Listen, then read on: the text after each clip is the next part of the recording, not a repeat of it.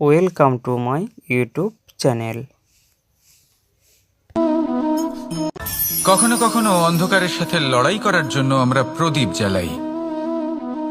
এতে প্রথমে সলতে রাখি, তারপর তেল ঢালি, তারপর আগুন জেলে এটা প্রজ্বলিত করি।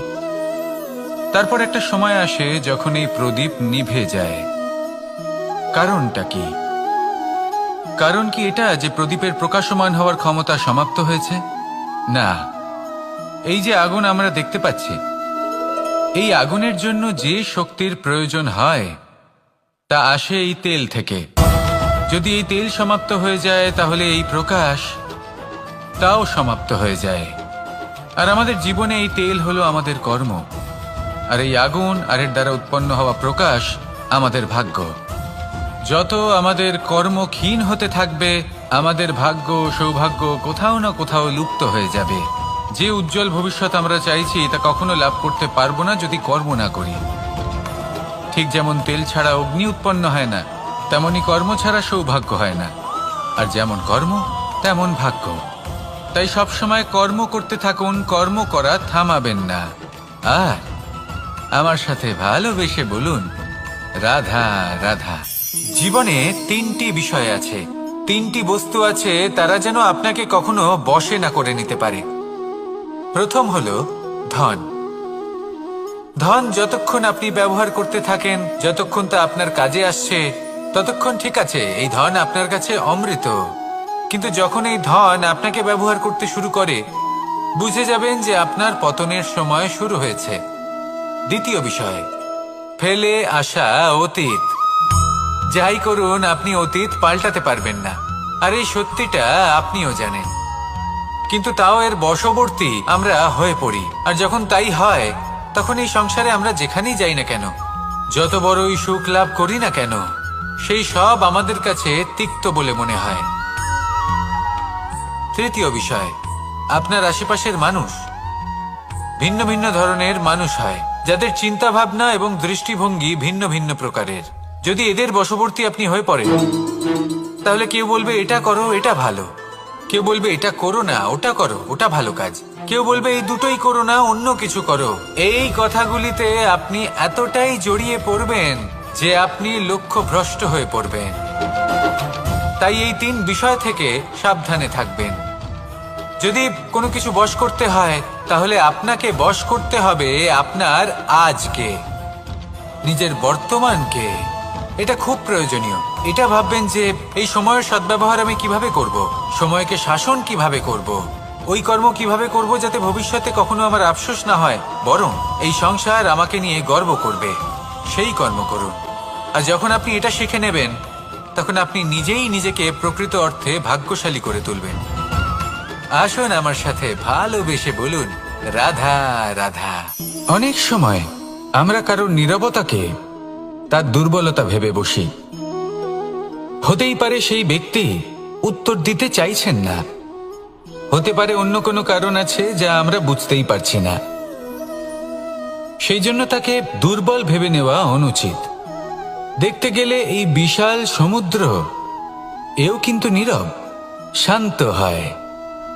কিন্তু যখন সে রুদ্র মূর্তি ধারণ করে, তখন কি হয়? সমগ্র সংসারকে বিনাশের পথে নিয়ে যায় এই সমুদ্র, প্রলয় সৃষ্টি করে। সেই জন্য কারোর সহ্য শক্তিকে দুর্বলতা বলে মনে করবেন না। কারণ যদি এই নীরবতা নিজেকে ভেঙে বেরিয়ে আসে, তাহলে তা বিনাশের সমস্ত সীমা পার করে যেতে পারে। তাই এই নীরবতাকে সবসময় বুঝুন, সবসময় একে সম্মান করতে শিখুন। আর আমার সাথে ভালোবেসে বলুন, রাধা রাধা। কখনো কোনো চাতক পাখিকে দেখেছেন? কথায় আছে যে বছরে মাত্র একবার সে তার তৃষ্ণা মিটিয়ে থাকে, আর তাও আকাশে ভেসে থাকা মেঘের দ্বারা ঘটানো বৃষ্টির জলের ফোঁটা থেকে। আর কোথাও থেকে সে তার তৃষ্ণা পূরণ করে না। সারা বছর সে নিদারুণ গরম সহ্য করে, তীব্র শীতও সহ্য করে, শুধু এই আশা নিয়ে যে বছরে একবার অন্তত সেই মেঘের ঘন ঘটা হবে, বৃষ্টি হবে, আর সে তার তৃষ্ণা নিবারণ করবে। এটা আসলে কি? এটা আসলে বিশ্বাস, সেই বিশ্বাস যে বছরে একবার সেই মেঘ আসবে তৃষ্ণা নিবারণ করতে। যেমন দেখুন, একটা সূর্যমুখী ফুল সারা রাত অন্ধকারের সাথে যুদ্ধ করে, কারণ তার বিশ্বাস যে ভোরবেলায় সূর্য তাকে অবশ্যই দর্শন দেবেন। সেটাও বিশ্বাস ছিল যার উপর ভরসা করে মনু একটা নৌকা নিয়ে বেরিয়ে পড়েছিলেন এবং সমস্ত সৃষ্টিকে প্রলয়ের হাত থেকে বাঁচিয়েছিলেন। সেটাও ছিল ভালোবাসার প্রতি বিশ্বাস, যার উপর ভরসা করে বানর এবং ভাল্লুক সেনা নিয়ে শ্রীরাম আক্রমণ করেছিলেন সমস্ত বরদানপ্রাপ্ত অসুরগণ এবং রাক্ষসগণের লঙ্কায় এবং জয় লাভ করেছিলেন। এই বিশ্বাসই হল এই বিশ্বের আশা। বিশ্বাস রাখুন যে আপনি হলেন সর্বশ্রেষ্ঠ এবং শুধুই নিজের কর্ম করতে থাকুন। এই বিশ্বাসের আশাই আপনাকে প্রতি মুহূর্তে বল প্রদান করবে। এ হলো আমার বিশ্বাস। আসুন আর আমার সাথে ভালোবেসে বলুন, রাধা রাধা। যোগাসন। যোগাসনে আসন অত্যন্ত গুরুত্বপূর্ণ। এবার আমি বলবো সবথেকে শ্রেষ্ঠ আসন কোনটি। আশ্বাস। নিজেকে আশ্বস্ত করতে থাকুন যে আমি আছি, সব ঠিক হবে, যা হচ্ছে ভালোর জন্য হচ্ছে। এই আশ্বাস আপনাকে জীবনে এমন ধন্যাত্মক বিশ্বাস দেবে যে আপনি বড় বড় সমস্যার সমাধান করতে পারবেন। এবার যদি কথা বলি সবথেকে কঠিন সময়ের, তাহলে সেটা হলো বিচ্ছেদের। যা মা সীতাকে সহ্য করতে হয়েছে শ্রীরামের জন্য, রাধা কৃষ্ণকেও সহ্য করতে হয়েছে। যে ব্যক্তি বিচ্ছেদের সময় সঠিক পথে চলে এসেছে সে জীবনে অনেক শ্রেষ্ঠ স্থানে অবশ্যই পৌঁছতে পারবে। এবার যদি কথা বলি সবথেকে জরুরি এবং গুরুত্বপূর্ণ সময়ের, তাহলে সেটা হলো সংযোগ। সকলকে সাহায্য করতে থাকুন। আপনি অন্যদের সাহায্য করে তাদের যত আনন্দ দিতে পারবেন ততটাই আনন্দ আপনারও জীবনে অবশ্যই আসবে। আসুন আর আমার সাথে ভালোবেসে বলুন, রাধা রাধা। সংসারে সকলে উঁচুতে উঠতে চায়, কেউ নত হতে চায় না। সবাই এটা মনে করে যে নত হওয়ার অর্থ হলো তাদের আত্মসম্মান এবং অহংবোধের বিরুদ্ধাচরণ করা। তাদের মনে হয় যে যদি আমরা নত হই সংসার আমাদের দুর্বল মনে করবে, তাদের শৌর্য এবং তাদের ব্যক্তিত্বের অপমান হবে। কিন্তু এটা কি সত্যি? প্রত্যেকবার নত হওয়ার অর্থ কি সম্মানহানি হওয়া? কখনোই নয়। আপনি নিজের জীবনকেই দেখে নিন। আপনার কোনো অমূল্য জিনিস যদি নিচে পড়ে যায় তাহলে তাকে কিভাবে তোলেন? সেই বস্তুকে তোলার জন্য আপনাকে নত হতেই হবে। আপনি বড়দের আশীর্বাদ কিভাবে লাভ করেন? আপনি নত হয়ে তবেই তাদের আশীর্বাদ লাভ করতে পারেন, তাই না? ভেবে দেখুন, আপনি একটা পথে হাঁটছেন, আপনি দেখতে চাইছেন যে আপনি সঠিক পথে হাঁটছেন কিনা, পায়ের নিচে কাঁটা পড়ে আছে কিনা। কিভাবে দেখবেন? আপনাকে সেই মাথা নত করেই দেখতে হবে। এর অর্থ কি? অর্থ খুব সহজ। প্রত্যেকবার নত হওয়া অনুচিত নয়, সেটা কোনোভাবেই সম্মানহানি নয়। পরিস্থিতি অনুসারে এবং যেখানে প্রয়োজন আপনি নত হতে শিখে গেলে আপনি অনেক কিছুই লাভ করতে পারবেন। জ্ঞান, মান, গুণ, বিশ্বাস। সেই জন্য প্রয়োজন এবং পরিস্থিতি অনুসারে নত হতে শিখুন। এতে অনুচিত কিছুই নেই। আত্মসম্মান থাকা অত্যন্ত প্রয়োজনীয়, কিন্তু তা যেন কখনো অহংকারে পরিণত না হয়। এই বিষয়ে অবশ্যই নজর রাখবেন এবং আমার সাথে ভালোবেসে বলবেন, রাধা রাধা। আমাদের জীবনে অনেক ধরনের ব্যক্তি এসে থাকেন। কেউ কেউ আমাদের সাথে থেকে যান, কেউ আমাদের থেকে দূরে চলে যান। কেউ ভালো মানুষ হন, কেউ খারাপ মানুষ। কিন্তু আমরা সবসময় সেই সময়টাকে নিয়ে দুঃখ প্রকাশ করি যখন আমাদের জীবনে কোনো খারাপ ব্যক্তি প্রবেশ করেন। তারা আমাদের খারাপ অনুভূতি দেন, দুঃখ দেন, কষ্ট দেন। আমরা সবাই তাকে ভালো মন্দ কথা বলি। কিন্তু কেন? এমন বিভিন্ন ধরনের মানুষ, খারাপ মানুষ, ভালো মানুষ সবার জীবনেই আসেন এবং সকলকেই একটা অমূল্য শিক্ষা দান করে যান। এবার আপনি নিজেই ভেবে দেখুন, জীবনে যখন প্রথমবার আপনি আগুন স্পর্শ করেছিলেন, তখন আপনি একটা শিক্ষা লাভ করেছিলেন যে আমাকে আগুনের থেকে একটু দূরে থাকতে হবে। তারপর আস্তে আস্তে আপনি শিখলেন যে কিভাবে এই আগুনকে নিয়ন্ত্রণে রাখতে হবে। তারপর আপনি শিখলেন যে কিভাবে নিজের জীবনে তাকে প্রয়োগ করতে হবে, তা সে অন্ধকারে প্রকাশ লাভ করার জন্য হোক বা খাবার বানানোর জন্য। সেইভাবেই কোনো খারাপ ব্যক্তি যখন আপনার জীবনে আসে কোনো শিক্ষা দিয়ে যান, তার প্রতি কৃতজ্ঞ থাকুন। তার বিষয় খারাপ ভাবার বা খারাপ অনুভূতি নিয়ে থাকার কোনো প্রয়োজন নেই। সেই শিক্ষা লাভ করুন, ইতিবাচক মনোভাব নিয়ে জীবনের সামনে এগোতে থাকুন। কেউ নেই যিনি আপনাকে বাধা দিতে পারেন। আসুন আমার সাথে ভালোবেসে বলুন, রাধা রাধা। অনেক সময় আমরা জীবনে অনেক মানুষকে এমন বলতে শুনে থাকি যে আমি অসফল হয়েছি কারণ আমার সময় ভালো যাচ্ছিল না। আমি এই জিনিসটা লাভ করতে চাইছিলাম কিন্তু করতে পারলাম না কারণ আমার সময়টা ভালো যাচ্ছিল না। আমি আমার জীবনে ওই মহান কাজটা করতে চাইছিলাম কিন্তু করতে পারলাম না। কেন? কারণ আমার সময়টা ভালো যাচ্ছিল না। কিন্তু যে মুহূর্তে ভালো সময় আমার জীবনে আসবে, আমি সব কিছু প্রাপ্ত করব। এমন প্রায় প্রত্যেকেই বলেন। আসুন একটা কথা বোঝা যাক। একজন মালিকে দেখুন, সে প্রত্যেক দিন গাছের সেবা করে, তাকে জল দেয়, তার যত্ন আত্তি করে। কেন? প্রত্যেক দিন সেই গাছ ফল দেয় না। সঠিক সময় এলে তবেই সেই গাছ ফল দেয়, কিন্তু প্রত্যেক দিন মালি তার সেবা করে, তাকে যত্ন করে। শুধুমাত্র তখন করে না যখন সেই গাছ ফল দিতে সক্ষম। আর যদি মালি গাছের যত্ন প্রতিদিন না করে, তাহলে হয়তো সেই গাছ ফল দিতেই পারবে না। এটাই হলো আমাদের জন্য একটা শিক্ষা। যখন সময় আমাদের জন্য অপেক্ষা করে না, তখন আপনি সময়ের জন্য কেন অপেক্ষা করছেন? ভালো সময়ের জন্য অপেক্ষা করবেন না। ভালো এবং শুভ কর্ম দ্বারা ভালো সময়কে নিজের কাছে টেনে আনুন। নিরন্তর কর্ম করুন, পরিশ্রম করতে থাকুন। শুভ সময় আপনা থেকেই আপনার কাছে আসবে। আসুন আমার সাথে ভালোবেসে বলুন, রাধা রাধা। জীবনে এমন কিছু কাজ রয়েছে যা আমাদের কখনোই করা উচিত নয়, যেমন আশা করা। যদি আপনি আশা করেন আর আপনার আশা পূর্ণ না হয়, আপনি খুবই কষ্ট পাবেন। এবার আপনি যদি প্রতীক্ষা করেন, করতেই থাকেন, আর সেই ব্যক্তি যদি না আসে, তাহলেও খুব কষ্ট পাবেন। আর হলো তুলনা।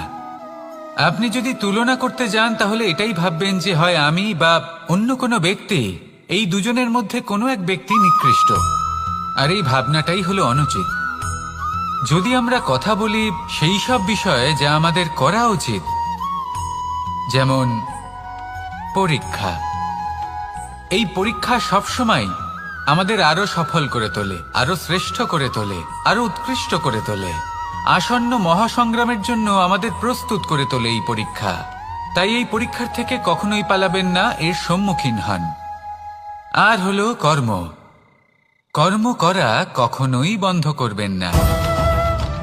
তুলনা করার বদলে কর্ম করুন, প্রতীক্ষা করার বদলে কর্ম করুন, আর আশা করার বদলে কর্মই করুন। জীবন সফল হয়ে যাবে। দেখুন, সবার শেষে সত্যি বলতে এই কর্ম আর এই পরীক্ষা, এই দুই আমাদের জীবনকে সুখী করে তুলতে পারে। আসুন আর আমার সাথে ভালোবেসে বলুন, রাধা রাধা। মানুষ তার জীবনে শিক্ষা এবং প্রেম, এই দুই লাভ করে তার মাতা, পিতা এবং গুরুর কাছ থেকে। কিন্তু মানুষ সবথেকে বেশি ভালোবাসে নিজের মাতাকে, কারণ মাতা খুব নির্মল চিত্তে ভালোবাসে, শান্ত মনে আমাদের অন্তরে শক্তির সঞ্চার করে থাকেন, আমাদের উৎসাহ দেন, বলশালী করে তোলেন।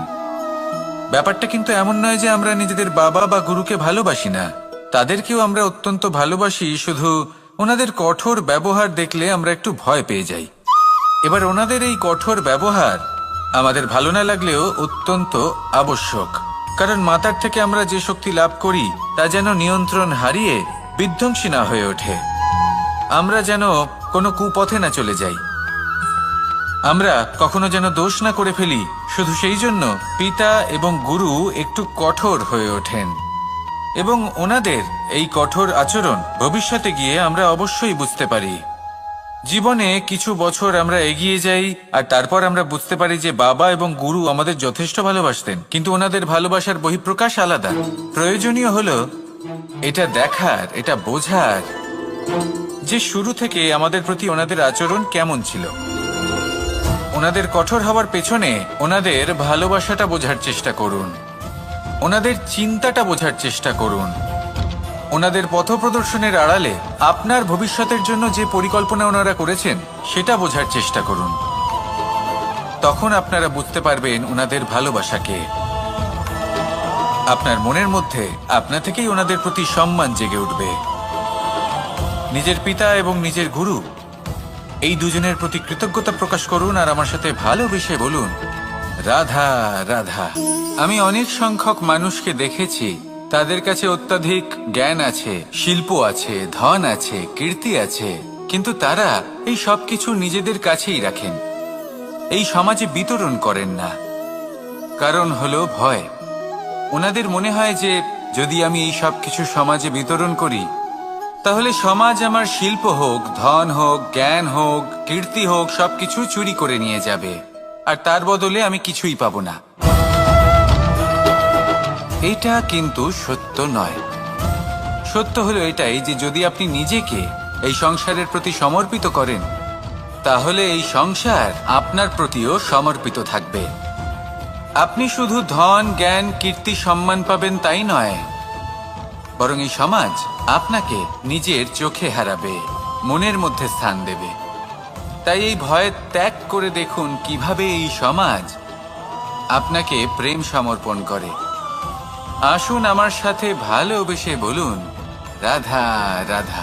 জীবন কিসের উপর নির্ভরশীল? ধনের ওপর, বৈভবের ওপর, নিঃশ্বাসের ওপর?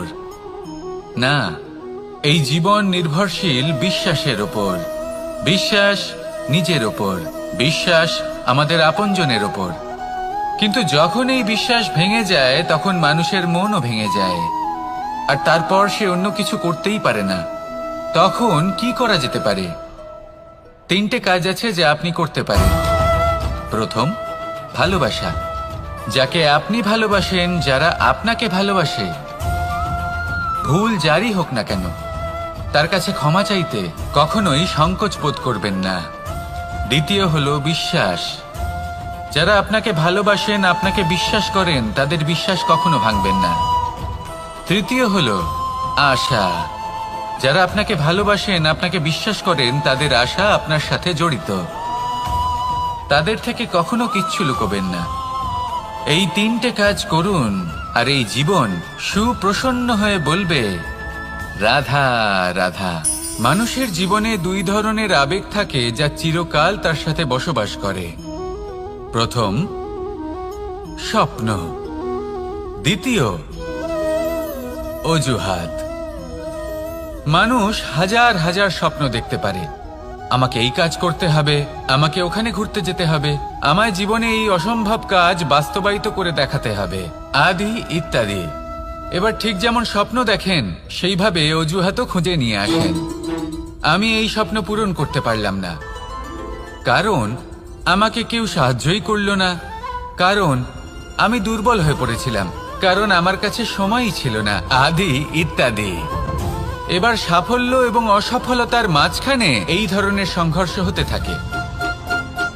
সাফল্য তখন লাভ করা সম্ভব যখন আপনার স্বপ্ন আপনার অজুহাতের থেকে অনেক বড় হয়, আর অসফলতা তখন পাবেন যখন আপনার অজুহাত আপনার স্বপ্নের থেকে অনেক বড় হয়। আপনি যদি সাফল্য লাভ করতে চান তাহলে চেষ্টা করতে থাকুন, পরিশ্রম করুন। যদি অসফল হন তাহলে ভয়ভীত হওয়ার কোনো প্রয়োজন নেই। নিজের ভুল বুঝুন, তাকে শুধরে নিন, আবার চেষ্টা করুন। কিন্তু যদি নিজের জীবনে অজুহাত নিয়ে আসেন তখন স্বপ্ন কখনো পূরণ হবে না। আসুন আমার সাথে ভালোবেসে বলুন, রাধা রাধা। ভয়ের সাথে আমরা সবাই পরিচিত, কষ্ট আমরা সবাই পেয়েছি। কখনো কখনো আমরা অসুস্থ হয়ে পড়ি আর এমন সময় হলে মাতার মমতা, কখনো বাবার স্নেহ, কখনো বন্ধুদের পাশে থাকার অনুভূতি আমাদের রোগ নিরাময়ে সাহায্য করে। কখনো যদি আমরা নিরাশ হয়ে পড়ি, তখন যদি আমাদের কোনো আপনজন আমাদের দুটো ভালো কথা বলে, তখন আমাদের মনোবল বেড়ে যায়। ঠিক তেমন সংসারের এই রঙ্গমঞ্চে যদি আপনি পীড়িত অনুভব করেন, কিছু শুভ কথা আলোচনা করুন, কিছু স্তুতি গান করুন, কিছু মুহূর্তের জন্য হলেও নিজের ইষ্টদেবের কথা স্মরণ করুন আর প্রার্থনা করুন। সাহস বাড়বে, শক্তিও বৃদ্ধি পাবে এবং সামনে এগিয়ে চলার পথও দেখতে পাবেন। তখন এই মন প্রসন্ন হয়ে বলবে, রাধা রাধা।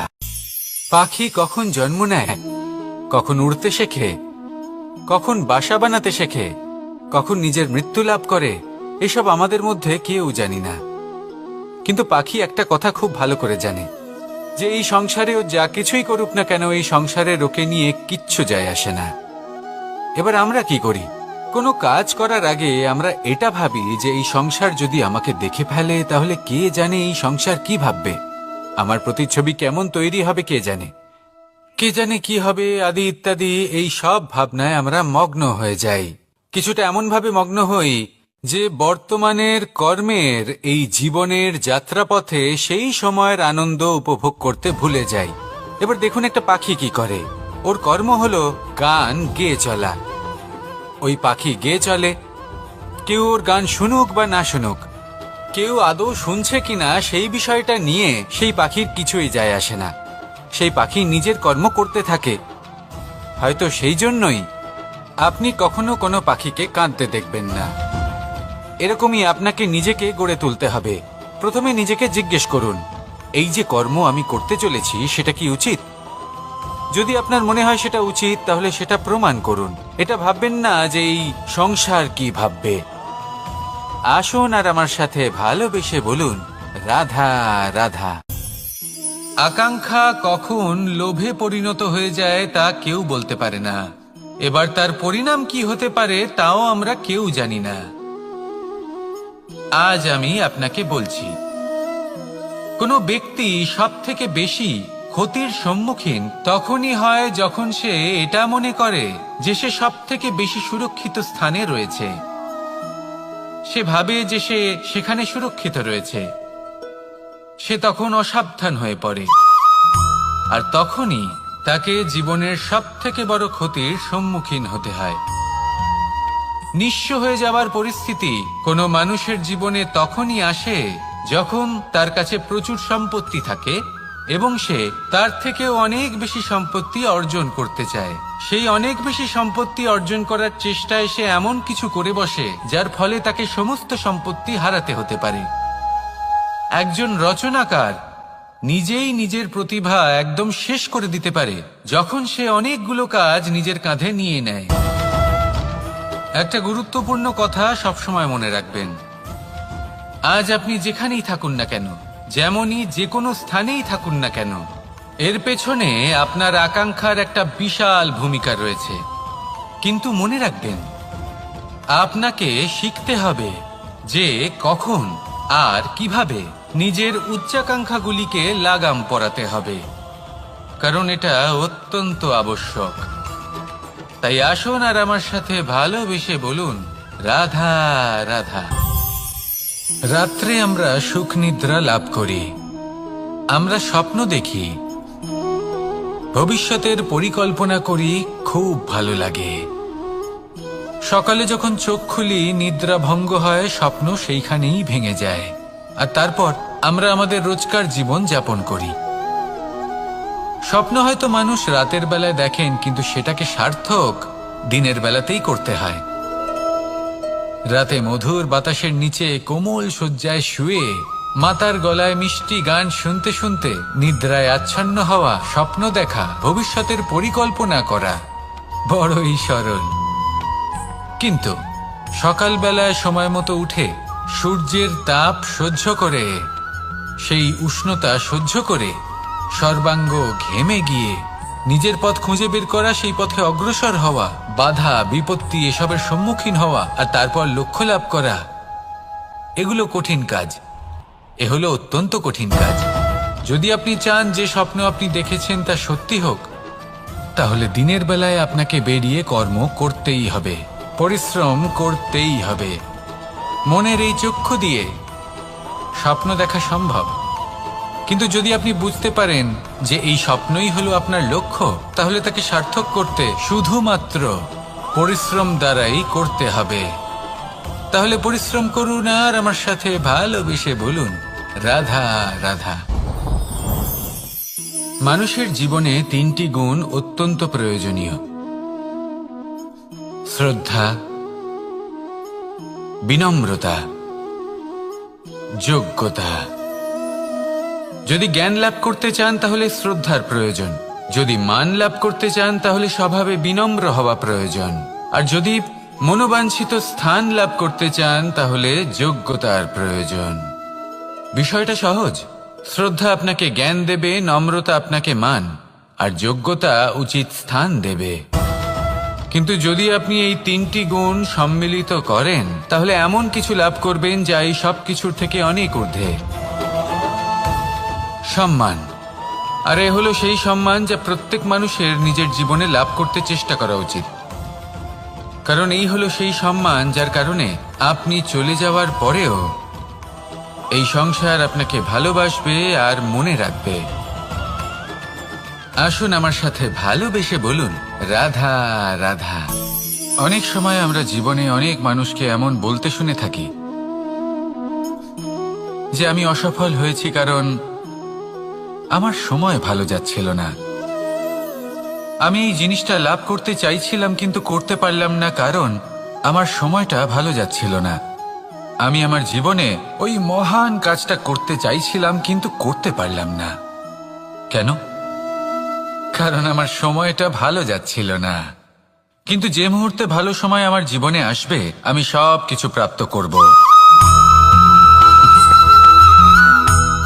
এমন প্রায় প্রত্যেকেই বলেন।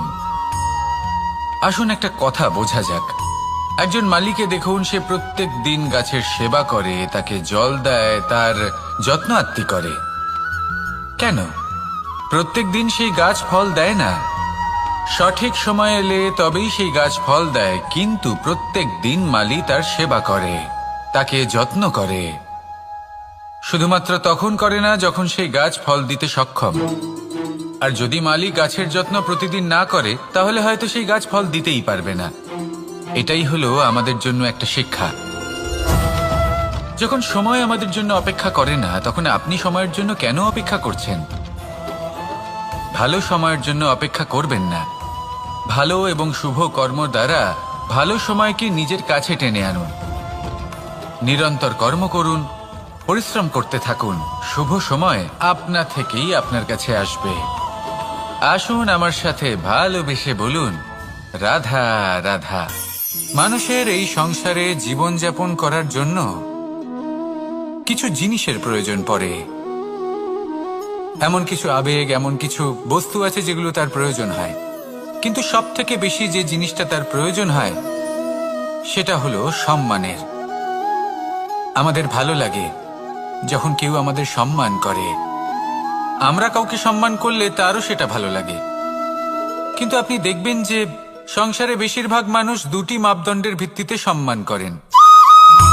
হয় বয়স দেখে করেন বা উপার্জন দেখে, অর্থাৎ সেই ব্যক্তি কতটা উপার্জন করেন। এবার ভেবে দেখুন, এটা আবশ্যক নয় কারোর বয়স যদি বেশি হয় তার বুদ্ধিও ততটাই বেশি হবে। আবশ্যক এটাও নয় যে কোনো ব্যক্তি যদি অত্যন্ত ধনী হন বা তার মনও নির্মল হবে বা তিনি সৎকর্ম করবেন বা এমন কোনো কর্ম করবেন যাতে উনি সম্মান লাভ করতে পারেন। হতে পারে উনি ধনী কিন্তু দুশ্চরিত্র। সেই জন্য বয়স বা উপার্জন দেখে কোনো ব্যক্তিকে সম্মান করবেন না। কর্ম দেখুন। যদি গভীরভাবে ভেবে দেখেন তাহলে দেখবেন যদি কোনো মানুষ কোনো সৎকর্ম করেন তাহলে তার প্রতি হৃদয় থেকে সম্মান জাগ্রত হয়। এটাই হলো সেই সম্মান যা অর্জন করতে হবে। বয়স আজ আছে, কাল আরো বৃদ্ধি পাবে। উপার্জন আজ আছে, কাল সেটা কমে যেতেও পারে। কিন্তু যদি আপনি নিরন্তর শুভকর্ম করতে থাকেন তাহলে আপনি মৃত্যুর পরেও অমর হয়ে থাকবেন। আসুন আমার সাথে ভালোবেসে বলুন, রাধা রাধা। পাপ এবং পুণ্য, এই দুই হলো সংসারের এমন দুই বিন্দু যাকে কেন্দ্র করে এই সংসারের চক্র ঘুরতে